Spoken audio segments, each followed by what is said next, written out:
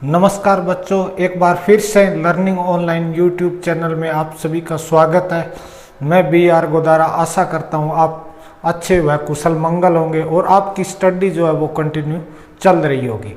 हमने जो 12वीं कक्षा की जो भूगोल विषय की सीरीज स्टार्ट की थी उसका चैप्टर दूसरा, जिसके अंदर एक हमारा टॉपिक है जिसका नाम है जनाकीय संक्रमण, वो आज हम स्टार्ट करने जा रहे हैं। एग्जाम की दृष्टि से अगर मैं बात करूं तो ये टॉपिक काफ़ी ज़्यादा महत्वपूर्ण है, जिसके अंदर से बड़ा क्वेश्चन आने की संभावना रहती है, क्योंकि इसके अंदर जनाकीय संक्रमण के अंदर जो अवस्थाएं जो है वो अवस्थाएं इसके अंदर महत्वपूर्ण है और उसमें से हर बार प्रश्न आता है। तो शुरू करते हैं आज का ये वीडियो।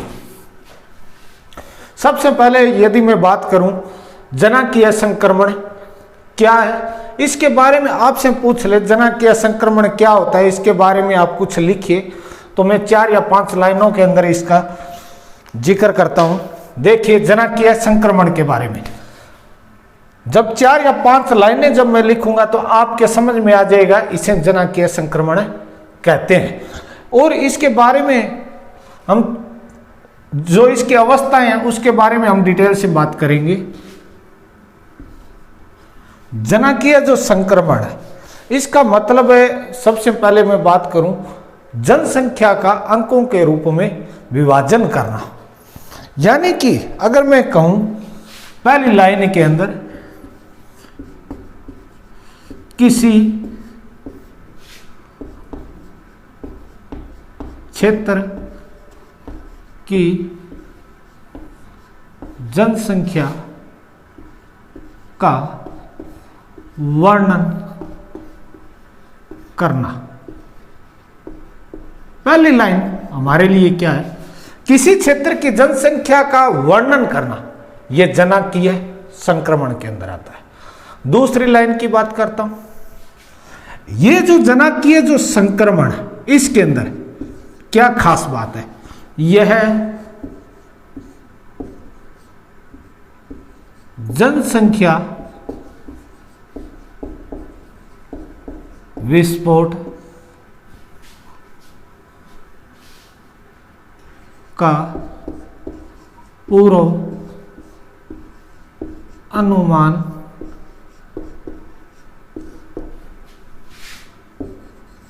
लगाया।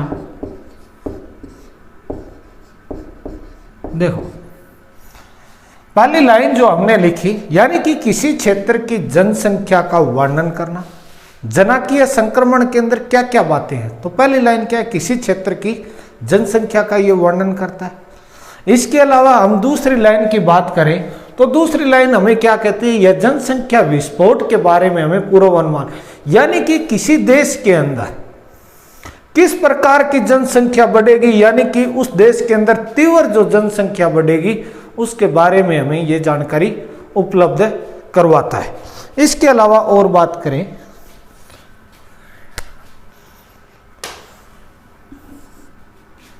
तीसरी लाइन, यह सिद्धांत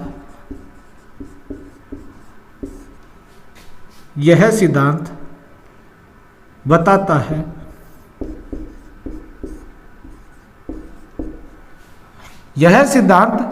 है किसी समाज में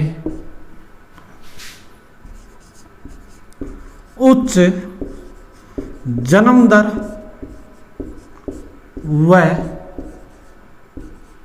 उच्च मृत्यु दर के बारे में जानकारी देता है। किसी समाज में उच्च जन्म दर व उच्च मृत्यु दर यहां से इस प्रकार, उच्च जन्म दर व उच्च मृत्यु दर से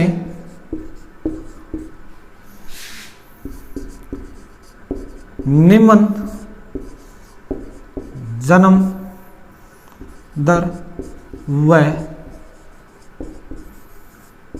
मृत्यु दरें के बारे में जानकारी देता है। ठीक है, जानकारी देता है। तीसरी लाइन क्या महत्वपूर्ण है, यह सिद्धांत हमें क्या बताता है, यानी कि ये जो जनाकीय जो संक्रमण है ये हमें किस चीज की जानकारी देता है।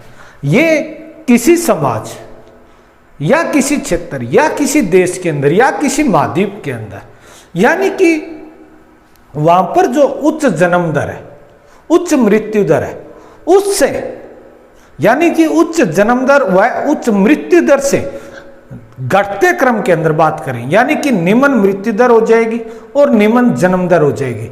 इसके बीच के अंदर ये जो जानकारी है, यानी कि इसका जो डिफरेंस है, इसके बारे में हमें जो जानकारी देता है वो कौन देता है, जनाकीय संक्रमण देता है।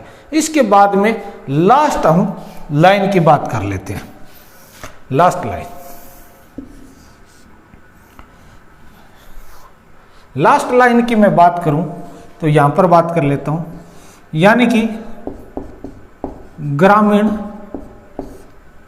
खेतिहर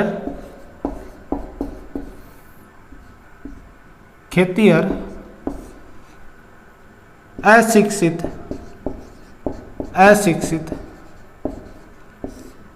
समाज से नगरीय औद्योगिक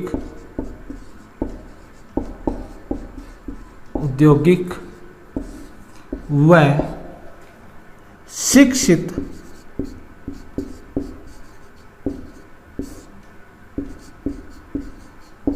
समाज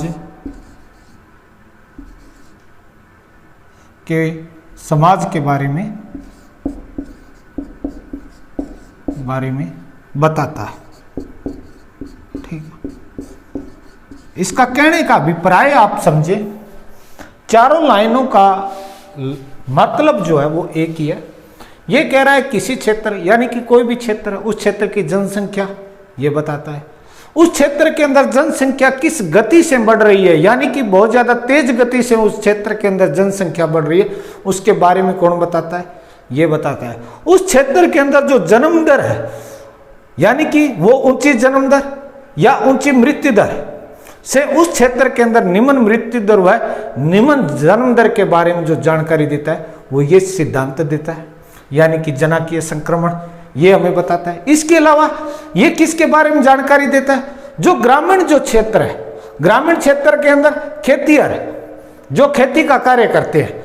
इसके अलावा अशिक्षित इस समाज से आगे नगरीय व औद्योगिक व शिक्षित समाज के बारे में बताता है, यानी कि यहां से ग्रामीण और खेतीगर अशिक्षित ये जो लोग हैं, इन लोगों के अंदर क्या हो गया, विकास हो गया, और इस विकास के बाद में नगरीय औद्योगिक और शिक्षित समाज के अंदर बदल गए हैं। यानी कि ये क्या हो गया, ग्रामीण खेतीहर अशिक्षित समाज से नगरीय औद्योगिक शिक्षित समाज, इस प्रकार से लिख देता हूं, समाज में बदल गए। इसके बारे में जो जानकारी कौन देता है, वो जनाकीय संक्रमण देता है। आपसे पूछ ले जनाकीय संक्रमण क्या है, तो आपके लिए ये 4 लाइनें हैं। ठीक है, उसके बाद में यहीं पर हम इस जनाकीय संक्रमण के बारे में पढ़ लेते हैं, यानी कि ये जनाकीय संक्रमण के बारे में ये थीम किसने दिया, यानी कि ये सिद्धांत के बारे में किसने दिया, तो उसके बारे में हम थोड़ी सी जानकारी हासिल कर लेते हैं। तो ये तो हो गई आपकी 4 स्टेप जनाकीय संक्रमण के अंदर समझने के लिए जनाकीय संक्रमण किसे कहते हैं। उसके बाद में हम आगे बात करते हैं, ये जनाकीय जो संक्रमण है, ये जो सिद्धांत है, ये किसने दिया सबसे पहले, और कहां पर ये लागू हुआ, उसके बारे में हम थोड़ी सी विस्तृत जानकारी हासिल करते हैं। देखिए, यह जो सिद्धांत दिया उसका नाम था थॉमसन व नोटेस्टिन, इन्होंने दिया। ठीक है, थॉमसन व नोटेस्टिन ने दिया ये सिद्धांत। उसके बाद में यह जो है, यह जो सिद्धांत जो इन्होंने दिया वो कहां पर, यह सिद्धांत कहां पर लागू किया, सिद्धांत, यह सिद्धांत विकसित देशों पर लागू किया। अब ये विकसित देश कौन कौन से है उसके बारे में हम चर्चा कर लेते हैं। तो ये जो विकसित देश है, एक तो यूरोप महाद्वीप के अंदर, इसके अलावा और बात करें अमेरिका,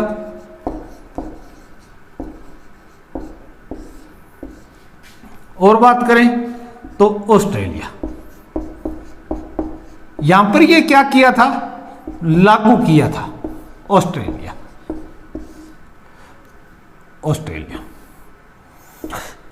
यहां पर ये लागू किया था। ठीक है, उसके बाद में हम जनाकीय संक्रमण के बारे में, जो मैंने आपको 4 लाइनें जो बताई थी, आपके एक छोटा सा डायग्राम दिया गया है, वो डायग्राम मैं यहीं पर बना देता हूं।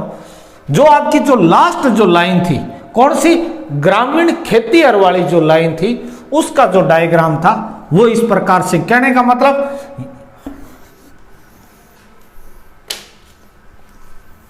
इस प्रकार से मैं यहां पर लिख देता हूं, ग्रामीण खेतीहर, और यहां पर लिख देता हूं अशिक्षित, और इस प्रकार से ये आपका चार्ट बन गया।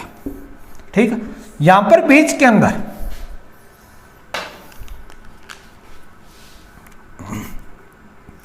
यहां पर इस प्रकार बीच के अंदर क्या हो गया, जनाकीय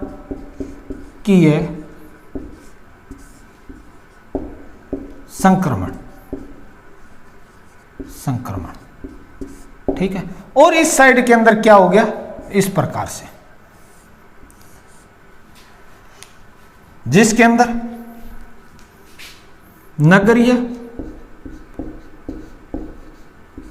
ठीक है, उसके बाद में यहां पर खेती कर है तो यहां पर क्या हो जाएगा, औद्योगिक हो जाएगा। भी खेती से किसके अंदर बदल गए, उद्योगों के अंदर। अशिक्षित से किसके अंदर बदल गए, शिक्षित के अंदर ये बदल गए। ठीक है, ये क्या हो गया, रूपांतरण हो गया। और इस रूपांतरण की जो जानकारी जो हमें देता है वो कौन देता है, जनाकीय संक्रमण सिद्धांत देता है। ठीक है, ये हो गई। उसके बाद में हम जनाकीय संक्रमण की अवस्थाओं की बात कर लेते हैं। और ये जो जनाकीय संक्रमण की जो अवस्थाएं हैं उनके बारे में जिसने विचार रखा था उसका नाम था नोटेस्टेन।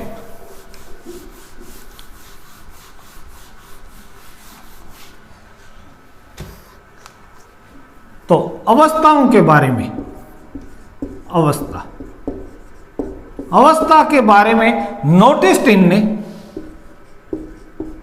विचार दिया। ठीक है, किसने दिया, नोटेस्टेन ने अवस्थाओं के बारे में विचार दिया था। इन्होंने जो विचार दिया, जिन अवस्थाओं की बात की, विचार दिया, तो इस नोटेस्टेन ने इन अवस्थाओं के बारे में जो बताया वो अवस्थाएं बताई 3 प्रकार की।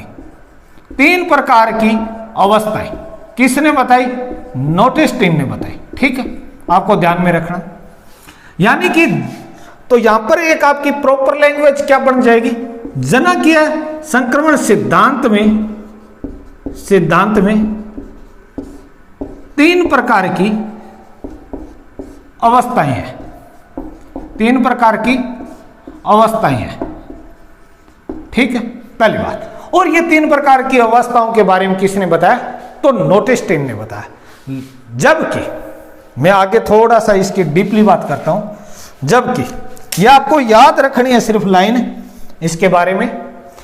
जबकि वर्तमान में 3 से 5 प्रकार की अवस्थाएं हैं। ठीक है, वर्तमान के अंदर कितनी है? 3 से 5 प्रकार की अवस्थाएं हैं जो हम पढ़ते हैं, यानी कि थोड़ा सा अगर ऊपर के लेवल की बात करें तो वहां पर 5 प्रकार की अवस्थाएं। आपके कितने प्रकार की अवस्थाएं? 3 प्रकार की अवस्थाएं। अब इन 3 प्रकार की जो अवस्थाएं, इनके बारे में हम अध्ययन करते हैं। और ये 3 प्रकार की जो आपकी अवस्थाएं हैं, ये सबसे महत्वपूर्ण है। ठीक है, 3 नंबर के लिए ये सबसे महत्वपूर्ण है, जबकि अगर बात करें 1 या 2 नंबर के लिए तो ये जनाकीय संक्रमण है। और ये जो अवस्थाएं हैं, ये जब हम भारत की जनसंख्या पढ़ेंगे तो वहीं पर भी ये अवस्थाएं आएगी आगे। तो देखिए, शुरू करते हैं इन अवस्थाओं के बारे में। प्रथम अवस्था, मैं इस प्रकार से लिखता हूं,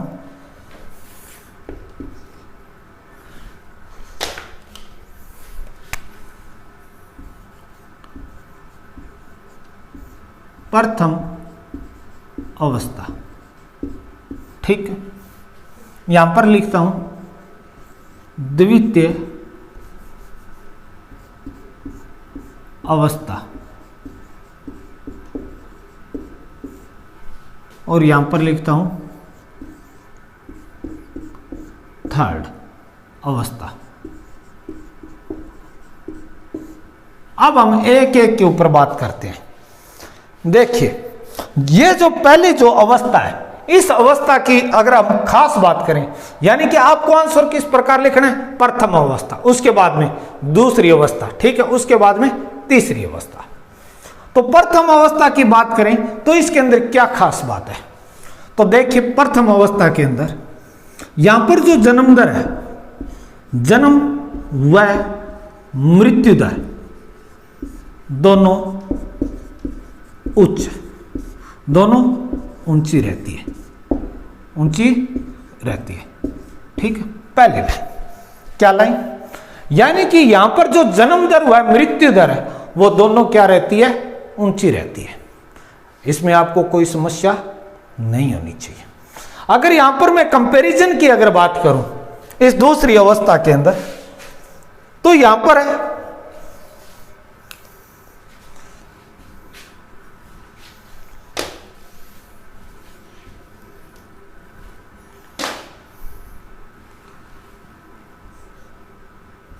जन्म व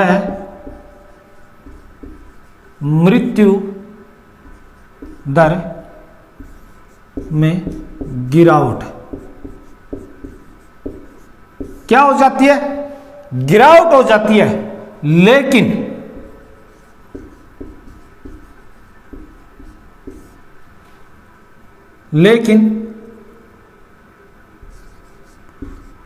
जन्म दर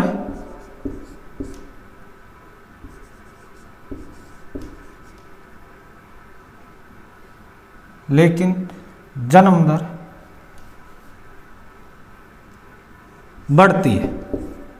जन्म दर क्या होती है? बढ़ती है, बजाय मृत्यु दर के।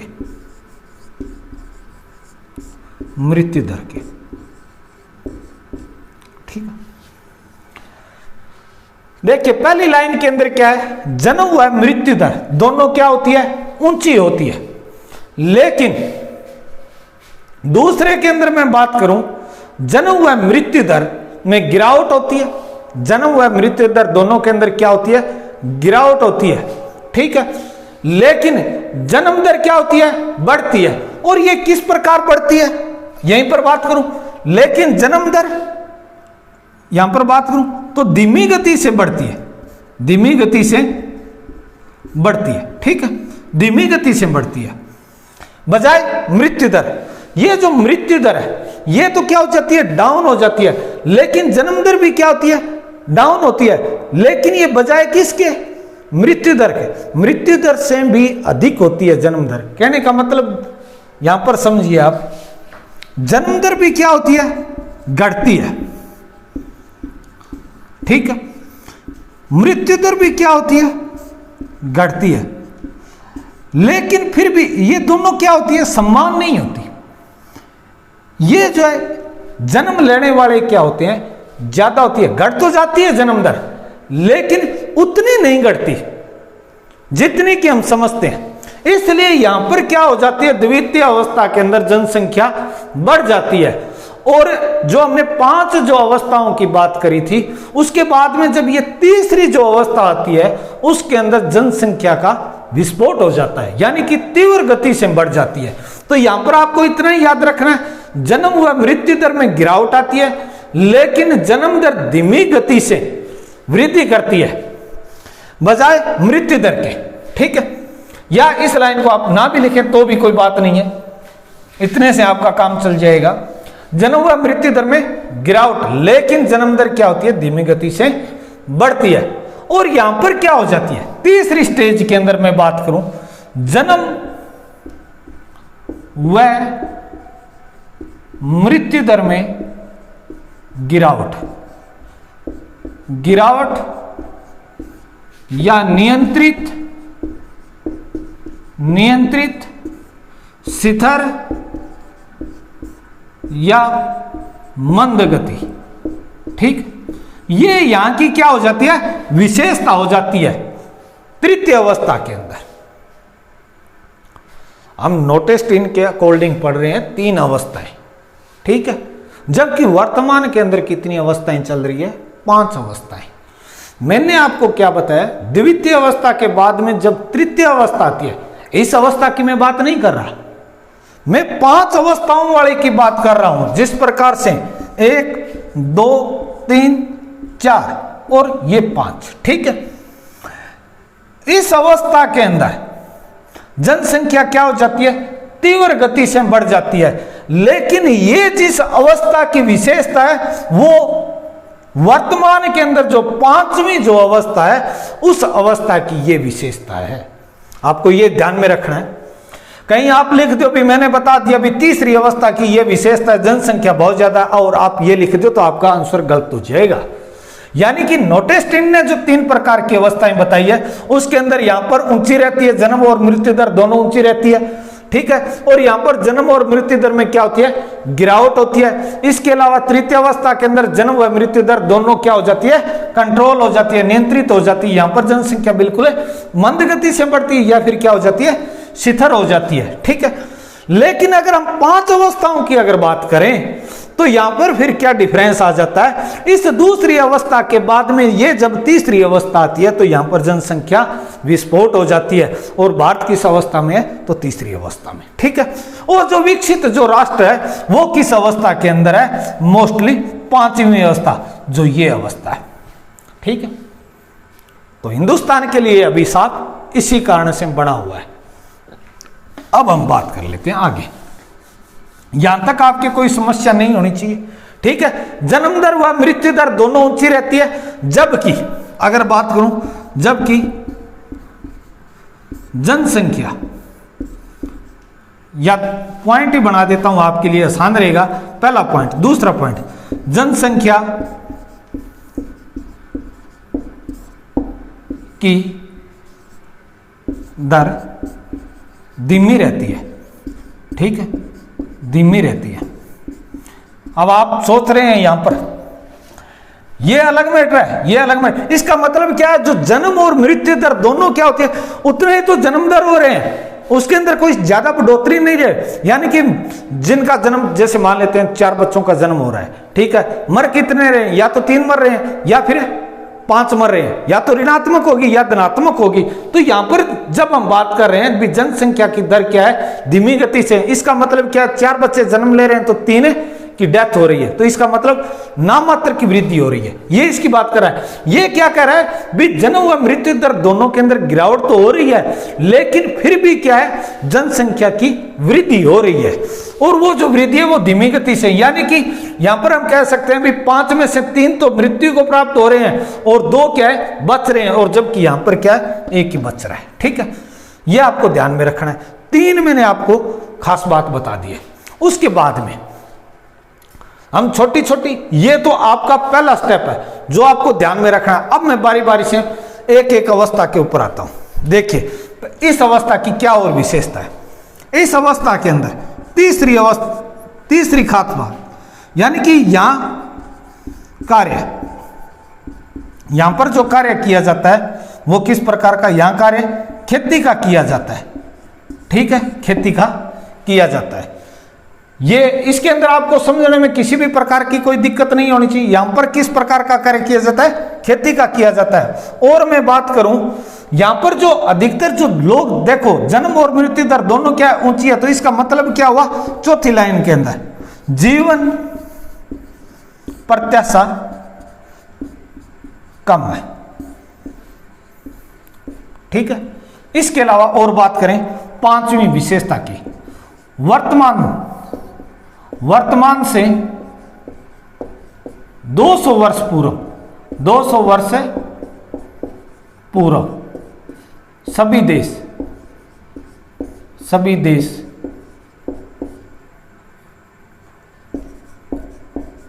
इसी अवस्था में थे। ठीक है, अवस्था में थे।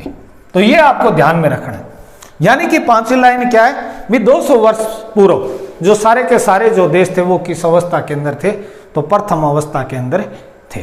ठीक है, इसके अलावा ये तो हो गया। और यहां पर अगर और मैं बात करूं एक्स्ट्रा भी, यहां पर जो जन्म और मृत्यु दर ये जो दोनों है ये किसके कारण हो रही है, यहां पर सेवाओं की कमी है।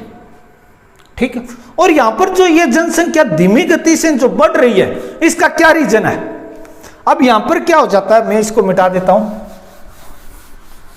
देखो पहला पॉइंट हो गया। दूसरे पॉइंट, यहां स्वास्थ्य सेवा में सुधार। ठीक है, जब स्वास्थ्य सेवाओं के अंदर जब सुधार हो जाता है तो मृत्यु दर क्या हो जाती है, कम हो जाती है। ठीक है, जन्म दर क्या हो जाती है, ज्यादा हो जाती है। लेकिन कहने का अभिप्राय क्या है इस स्वास्थ्य का, यानी कि पहले जब बच्चे 5 जन्म ले रहे थे, अब इस स्वास्थ्य सेवाओं के कारण यहां पर 1 बच्चे की डेथ हो रही है और 4 जो बच्चे हैं वो क्या हो रहे हैं, बच रहे हैं। जबकि ये जो अवस्था बात करती है, ये कहती है जब 4 बच्चे जो जन्म ले रहे हैं तो उसके अंदर 2 बच्चे की डेथ हो रही है और 2 बच्चे क्या है, जीवित बच रहे हैं। इसलिए यहां पर या तो 2 बच रहे हैं या 2 मर रहे हैं, या 3 बच रहे हैं 2 मर रहे हैं। तो इसलिए यहां पर जो वृद्धि है वो क्या हो रही है, नामात्र हो रही है। ठीक है, तो इसके अलावा अब हम बात करते हैं तीसरी अवस्था की।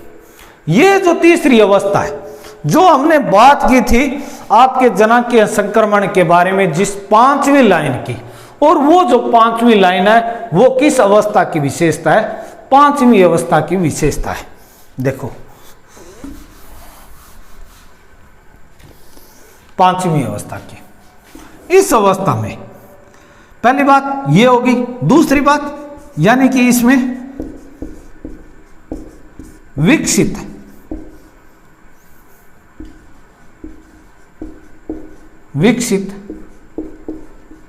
राष्ट्र शामिल।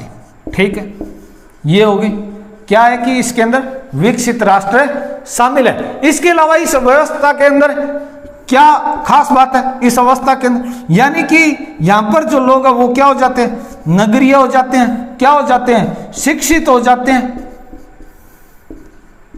और नगरीय हो जाते हैं, शिक्षित हो जाते हैं। इसके अलावा औद्योगिक हो जाते हैं। औद्योगिक यानी कि औद्योगिक का मतलब क्या है, तकनीकी ज्ञान। ये इसकी क्या है, विशेषता है। देखो यहां पर लोग क्या हो जाते हैं, नगरीय हो जाते हैं, शिक्षित हो जाते हैं। जब शिक्षित होंगे तभी क्या होगा, जन्म और मृत्यु दर के अंदर नियंत्रित होगी। अपने देश की बात करें, हमारे जैसे दादा हो गए, परदादा हो गए, तो उस टाइम जनसंख्या किस प्रकार से, यानी कि एक के कितने थे, 10 या 12 थे। और आज आप देख लो, यानी कि आज जो हमारा समाज है वो क्या हो गया, शिक्षित हो गया, जिसके कारण यानी कि किसी एक घर के अंदर बात करें तो उसके एक ही बच्चा है, या फिर ज्यादा से ज्यादा 2 बच्चे हैं। पहले की तरह नहीं है 10 या 12 बच्चे। और पहले 10 या 12 बच्चे मोस्टली हुआ करते थे। तब क्या थे लोग, क्या थे वो, शिक्षित नहीं थे, अनपढ़ थे। यही कारण था। तो आज का जो हमारा जो टॉपिक था वो जनाकीय संक्रमण के बारे में था और ये हमने टॉपिक आज पूरा कर लिया। जनसंख्या वृद्धि के अंदर जो टॉपिक था वो सारे के सारे आपको मैंने कंप्लीट करवा दिया है। अब जनसंख्या वृद्धि का तीसरा घटक बचा है जिसका नाम है प्रवास, वो हम कल करेंगे। और आपको अगर ये वीडियो पसंद आए तो इसे लाइक शेयर कमेंट जरूर करें। अगर आप चैनल के ऊपर नए हैं तो सब्सक्राइब जरूर करें। जय हिंद, जय भारत।